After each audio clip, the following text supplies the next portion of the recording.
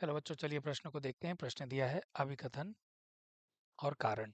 तो अभिकथन हमसे दिया गया है, खांसना और छींकना आवश्यक होता है। कारण, खांसना और छींकना प्रतिवर्तित क्रियाएं हैं। विकल्प हमारे पास दिए गए हैं। ए और आर दोनों सत्य हैं और आर ए की सही व्याख्या करता है। ए और आर दोनों सत्य हैं लेकिन आर ए की सही व्याख्या नहीं है। ए सत्य है लेकिन आर असत्य है। ए असत्य है लेकिन आर सत्य है। ए और आर दोनों असत्य हैं। तो आइए इस प्रश्न की मुख्य अवधारणा को समझते हैं। मुख्य अवधारणा। मुख्य अवधारणा के बारे में अगर हम बात करें, खांसने, छींकने और प्रतिवर्ती क्रियाएं के बारे में, तो खांसना और छींकना हम जानते हैं अनैच्छिक क्रिया है। तो हमारा मुख्य अवधारणा होगा प्रतिवर्ती क्रिया। प्रतिवर्ती क्रिया के बारे में बात करें तो यह एक प्रकार का अनैच्छिक क्रिया होता है।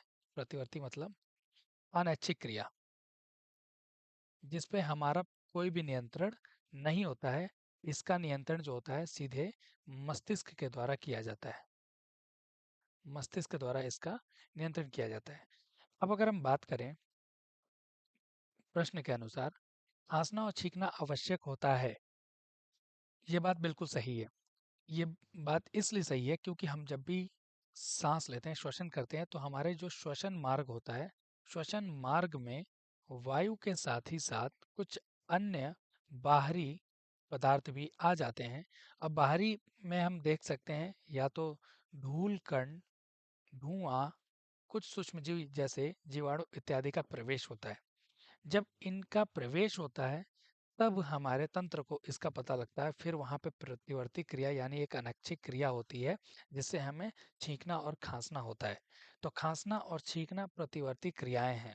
तो यानी दोनों बात तो सही है, लेकिन अगर हम बात करें विकल्पों की, ए और आर दोनों सत्य हैं, आर ए की सही व्याख्या है, तो यह गलत है क्योंकि आर ए की व्याख्या नहीं कर रहा है। अगर हम बात करें ए और आर दोनों सत्य हैं, हाँ तो सत्य है, लेकिन आर ए की सही व्याख्या है, यानी आर ए की सही व्याख्या है।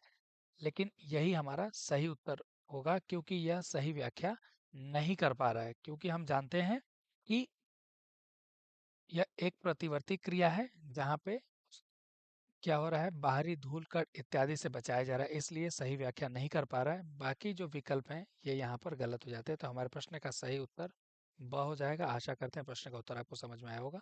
धन्यवाद।